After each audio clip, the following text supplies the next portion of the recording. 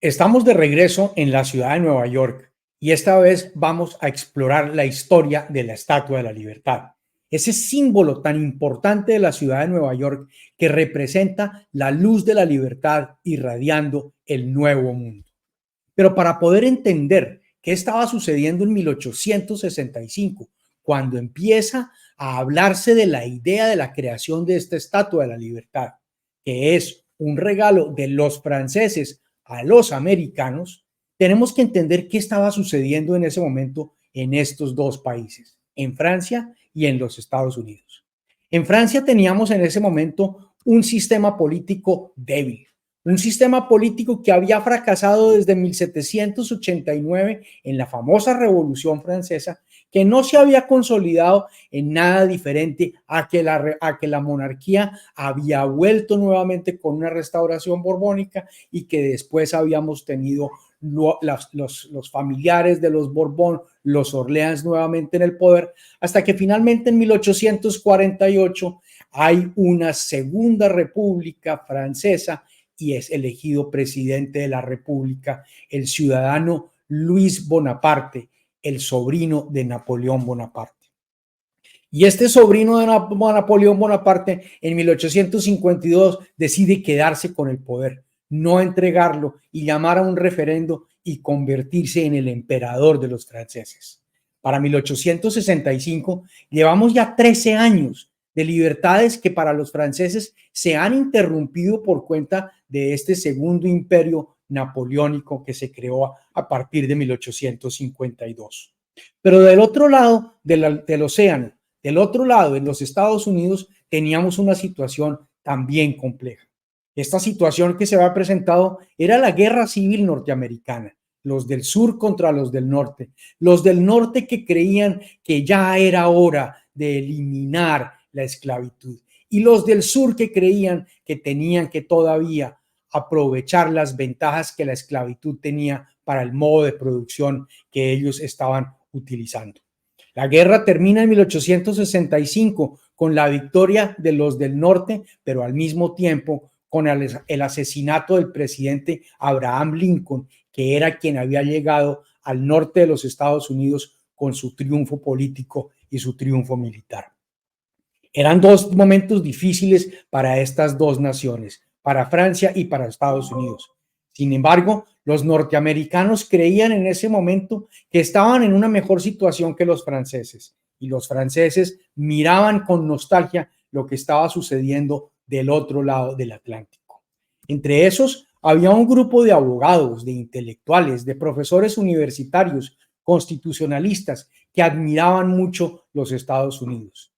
Edouard René de la Boulaye era uno de estos, que tiene un grupo de amigos que están dedicados a estudiar lo que pasa en Estados Unidos y que ven con mucha nostalgia cómo estamos ya casi a 100 años de celebrar en 1876 la independencia de los Estados Unidos que se dio aquel famoso 4 de julio de 1776.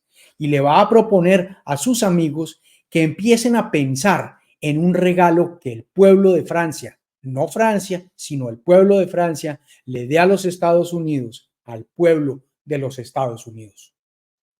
Y por eso, este autor de varias historias de los Estados Unidos, de varios libros comparando a Francia con Estados Unidos, le va a proponer a un gran escultor en ese momento, Frédéric Auguste Bartholdi, que mire cómo puede hacer una estatua que le pueda ser regalada a los Estados Unidos. Bartholdi ya tenía una cierta experiencia y Bartholdi, unos años antes, en 1869, le había propuesto a su amigo Ferdinand de Lesseps, quien hace el Canal del Suez y que más adelante hará los primeros pasos del famoso Canal de Panamá también, le dará la idea de hacer una estatua a la entrada del Canal del Suez que represente este símbolo, Egipto llevando la luz al Asia. Es una estatua muy parecida a la que ustedes conocen, solo que es una mujer con un velo que representa Egipto llevando la luz al Asia. Los egipcios rechazaron el proyecto por costoso y en ese momento decide la Boulaye volver a desempolvar su proyecto y sacarlo y pensar que es una buena alternativa para hacerlo ahora, pero del otro lado del mundo, en los Estados Unidos. Los amigos de la ULE le van a conseguir unos fondos para que Bartholdi vaya a Estados Unidos, para que busque el sitio óptimo donde debe estar esa estatua, que por ahora ya tienen claro que va a representar la libertad, la figura de la libertad. Y Bartholdi llega a los Estados Unidos por la única vía que había para entrar a los Estados Unidos, la más importante de todas, que era a través del puerto de Nueva York. Y en la entrada de ese puerto de Nueva York se atravesaba una pequeña isla que era la isla de Bedloe, y todos tenían que pasar por ahí para llegar finalmente al castillo de Clinton, que era el centro donde se tenían que registrar todos los inmigrantes. Cualquier viajero que llegara a la ciudad de Nueva York tenía que pasar por este lado. De entrada, ya tenía muy claro el señor Bartholdi que este tenía que ser el sitio donde iba a quedar su famosa Estatua de la Libertad. Y esa isla, que en ese momento estaba completamente desocupada, tenía unos pocos pequeños depósitos que servían a los Estados Unidos y a los militares de los Estados Unidos, va a ser el centro del viaje de Bartholdi a los Estados Unidos. Bartholdi va a visitar Filadelfia, va a visitar Washington, se va a reunir con el presidente de los Estados Unidos, y si bien ya tiene claro que quiere que su estatua esté ubicada en este sitio, va a lograr el compromiso del gobierno federal americano de que le done esa tierra y que al mismo tiempo va a buscar un acuerdo que permita que los franceses van a regalar la estatua y los americanos se comprometen a poner la tierra y el pedestal.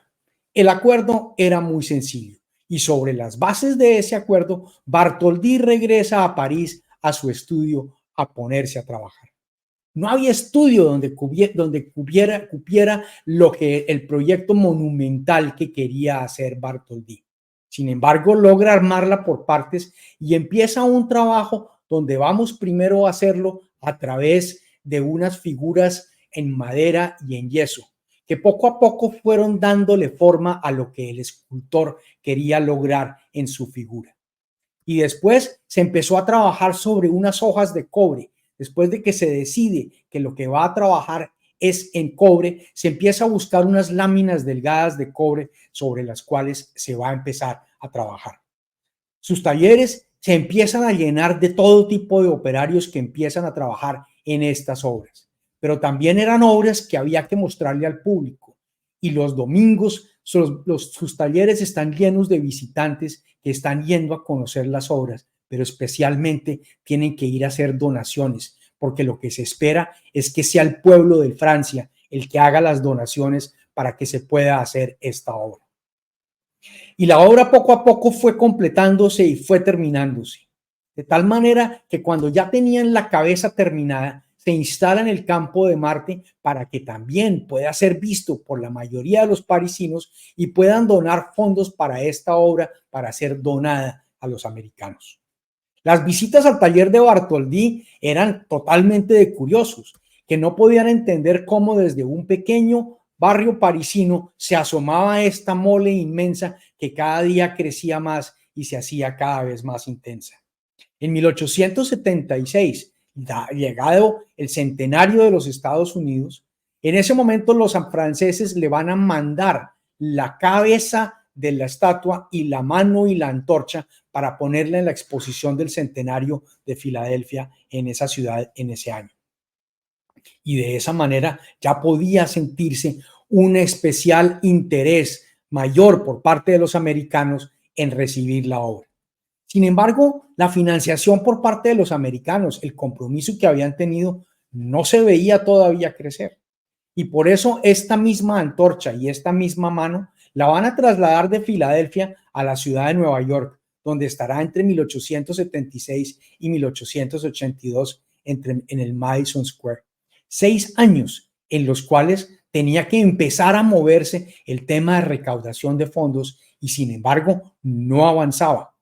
Unos años más tarde, a través de un editor de un periódico que veremos más adelante, es cuando realmente empieza a tomar cuerpo la recolección de fondos para esta obra. De regreso a París, Bartholdi tiene que empezar ya no tanto en el arte de cómo es que concibe él su figura de la Estatua de la Libertad, sino en términos de la ingeniería. ¿Cómo hacer para sostener en semejante sitio lleno de vientos cruzados contra la sal del mar, contra esas dificultades del clima que presenta la ciudad de Nueva York, con esos cambios de temperatura para que esta figura inmensa pueda ser sostenida en su sitio? Su consejero y su principal socio en ese momento va a ser el gran arquitecto Viollet-le-Duc. Viollet-le-Duc va a ser muy conocido por muchas obras, entre esas por la remodelación de la iglesia de la Catedral de Notre Dame. La famosa aguja de Notre Dame que se incendió hace unos años fue producto de la remodelación que hizo Viollet-le-Duc. Viollet empieza a proponer una serie de ingenierías internas, de tal forma que existan unas figuras que puedan sostener a esta gran dama de la libertad, pero no logra profundizar mucho en su obra porque muere en 1879, cuando aún está muy crudo el proyecto.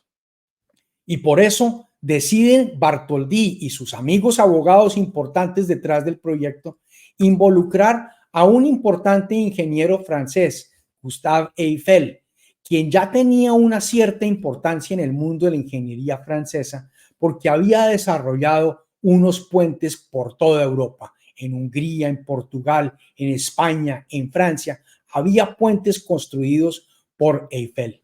Y era exactamente lo que necesitaba en ese momento Bartholdi. Una persona experto en estructuras metálicas que diseñara unas bases sobre las cuales pudiera ondear su famosa Dama de la Libertad. Y a lo que llegan es a este planteamiento: una gran Torre Eiffel. Finalmente Eiffel es el precursor. Esta estructura es la precursora de lo que será unos años más adelante la famosa Torre Eiffel en la ciudad de París. Y aquí lo que tendría que tenerse era una figura en la cual las 300 piezas en las cuales se estaba ensamblando la Estatua de la Libertad se pegaran todas a una estructura metálica y ninguna soportara el peso de la otra, de tal forma que no tuviera la posibilidad de colapsar, y atada, muy bien atada a la tierra. Con los cálculos y la estructura que estaba montando Eiffel, con toda posibilidad iba a ser un gran éxito esta obra. Los brazos, o el brazo más bien, el brazo y la antorcha, fueron los puntos más difíciles y donde Eiffel tuvo un mayor trabajo y tuvo una mayor preocupación de que el viento no la fuera a doblar. Lo que sí estaba doblándose por otro lado era el brazo de los americanos en dar los dineros. No se estaban consiguiendo los dineros necesarios para la financiación de la obra, hasta que el señor Joseph Pulitzer, el famoso después de los premios Pulitzer, quien tiene un periódico, el New York World, va a decir: yo propongo que todo aquel que me done $1 para este periódico, yo pongo su nombre en este periódico y con ese dinero vamos a conseguir los fondos. Y fue lo que finalmente pudo convencer a los norteamericanos de financiar la obra. Lograron que hubiera 120,000 personas que pusieran $100,000, es decir, a menos de $1 por persona. Los niños de colegio mandaban los recursos que les habían dado sus padres para tomar los alimentos durante la mañana del colegio para que pudiera hacerse esta obra. Y por eso empieza en 1885, ya se han conseguido los fondos y se inicia la construcción del pedestal, supervisado por Bartholdi y supervisado también por Eiffel, quien revisa cómo la estructura metálica se está montando de esta manera como él necesita para que se peguen todas las piezas. La construcción del pedestal toma entre 1883 y 1886. Fueron 3 años armando el pedestal, hasta que finalmente la estatua llega a la ciudad de Nueva York el 17 de junio de 1885, bajo un episodio de una gran pompa y una gran emoción en la ciudad de Nueva York. 350 pedazos, en 350 piezas iba armada la Estatua de la Libertad, o iba desarmada más bien la Estatua de la Libertad, en 214 cajas que fueron bajadas y fueron desembaladas y todos los norteamericanos querían tomarse fotos, especialmente con la cara y con la antorcha. La cara que se dice que estaba modelada sobre la base de la madre de Bartholdi era el centro de todas las miradas en ese momento, porque era la dama de la libertad que se estaba construyendo. Pero los americanos querían tener adicionalmente a su donación del pedestal, incurrir en una edición especial de la poesía. Y por eso contactaron a la gran poetisa Emma Lazarus para que escribiera un poema. Emma Lazarus estaba comprometida con las causas de los inmigrantes, especialmente de aquellos inmigrantes judíos que habían sido expulsados de Europa por los pogroms y que ahora estaban regresando a Estados Unidos, y en Estados Unidos Emma Lazarus les estaba ayudando a encontrar un futuro. Y es ella quien va a escribir el poema que unos años más adelante, no en el momento de su inauguración, se va a poner en el pedestal, que es el famoso poema que se llama el New Colossus, el nuevo coloso, que es la parte esencial de lo que es la Estatua de la Libertad, que en su segunda parte dice: dame tus pobres, tus agotados, tus innumerables masas aspiran a vivir libres. El rechazo de tus orillas superpobladas, envíalos a mí, los desheredados, que la tormenta los traiga de vuelta. Estoy poniendo mi luz sobre la puerta de oro. El gran poema de esta poetisa norteamericana, que es el que adorna el pedestal de la Estatua de la Libertad. Y por eso en este sitio, a la entrada, justo antes de bajarse en el Castillo Clinton, la primera visual que tenían todos los inmigrantes a los Estados Unidos era la Estatua de la Libertad. Unos años más adelante se va a eliminar el Castillo Clinton, y en esta pequeña isla que está aquí, Ellis Island, se va a construir lo que se hacía antes en el Castillo Clinton. Es decir, el centro importante de inmigrantes va a quedar en esta isla, en la Ellis Island, a partir de inicios del siglo XX. La estatua se termina de construir en 1886, y la inauguración la hace el presidente Grover Cleveland el 28 de octubre de 1886, 10 años más tarde de lo que se estaba esperando, que tenía que haber sido la inauguración para el 4 de julio de 1876. Pero las dificultades de la obra es precisamente lo que caracterizan la importancia que tiene la donación del pueblo de Francia al pueblo americano por los valores que ellos sentían que habían perdido y que los norteamericanos estaban ganando permanentemente. Si le gustó este video, dele like y por favor suscríbase a este canal. Muchas gracias.